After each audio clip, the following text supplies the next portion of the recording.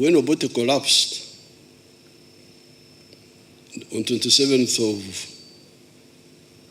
July 1985, that time I was still in Sweden. I had not come back with my family. I rang these people. I rang Otito Kero. I rang Basilio Kero. I rang, I think, Semogere also, Sebana Chisto, Oraro Tunu. And I said, you people, don't form a government alone. You just form a government together. Now, with the usual witchcraft of Uganda, where people, as if they are bewitched, they said, no, we don't have to wait for NRM. We go ahead and form government. And we leave NRM alone. So, they did. They formed the government, Tito Kero, I don't know who, all those. The idea was to isolate NRA, form government, bring DP, bring the Amin groups, then isolate NRA. So we warned them, please, if you do that, we are going to deal with, to destroy you, to fight you. But they were not listening. They went ahead and formed government, and we launched our attacks in August, starting clearing the Ruero Triangle, the detachments which were there, then swung west, attacked Mubende, cleared it. I think some of the groups of Amin were in Mubende. You can ask the Sarens, I don't remember very well. Then Fort Porto, then Kasese. Then we swung east to Mbarara, Masaka, and arrived at Katonga. Now, where Moses is, now you see now his second characteristic. Loving freedom, which I've already talked about, opposed Amin in their own quiet ways, resisted UPC when UPC came in because of their mistakes. So that is one characteristic, freedom fighter, which I can give authoritative evidence on because I was there. But now, the second quality is peacemaker. Because he was with Dr. Adrico. I used to hear Moses sided with the doctor, Moses sided with the doctor, Moses sided with the doctor. I thought the doctor was a medical doctor. But when I met them, so when they came to Kampala, they found the population was really hostile to the group, that group of Okero and so on.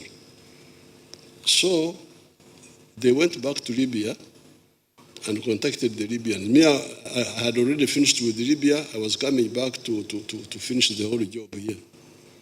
Because the Libyans had given me 1 million rounds of ammunition,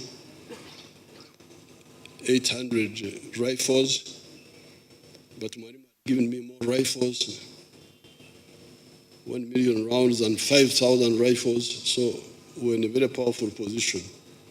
So I was coming back to finish off the job. But then Gaddafi called me, said, no, you come back here. There is something.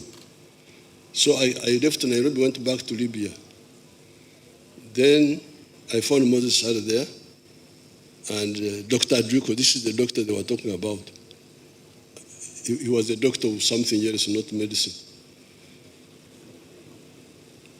So I said, what do we do now? They said, no, because they were already part of the other effort to isolate NRA. Unite everybody, isolate NRA. But when they came, they said, this is a mistake. That's how they looked for Gaddafi to call me. And I went back and then I said, okay, if you want to pull out, we shall see how to assist you to pull out. Don't involve yourself in the fight for Kampala because we are going to attack Kampala. Because by this time, we were at Camp Ringisa. We had defeated all the counter-offensives of the poor boy who died. What was his name? Lieutenant Colonel Odwar. We had defeated them and we were at Camp Ringisa. On this side, we were at Toborova. On Mutiana's side, we were going to. So I agreed with Moses Ali that the UNLF people who are already part of this group, which was in Kampala, pull out slowly, and he pulled out slowly. They didn't fight us when we were entering Kampala. That's how our cooperation now started. Then there are others who persisted in trying to oppose, like Juma Orsi.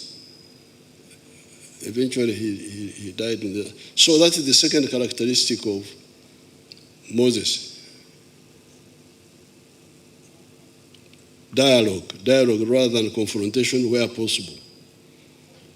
The third one, he was really a lover of West Nile. Always pushing for the programs of West Nile, the tarmac road, the electricity, the issue of the veterans. He was always in the forefront. And many of his pressures on us have already brought results. The roads are now tarmac all the way up to Oraba. We are now even tarmacking the one of Ajumani, Moyo, Yumbe, Koboko. Electricity is now linked. The grid. Now, you, the people, the leaders of West Nile, there is something I used to tell Moses which you must now work on. Yes, the infrastructure is now there, and we are going to expand it. There is the road from Nebi to the border with Congo, and along there up to Aru. There is this other road from Pakwach to Rhino Camp, and then along the Nile. We are going to work on those roads. But remember what I've been telling you in the campaign. People don't sleep on the roads. They sleep in their houses. So the issue of the household incomes for West Nile is something we should agree on. Ever since the tobacco got problems, we need new enterprises. And I have given guidance on all this time on those issues.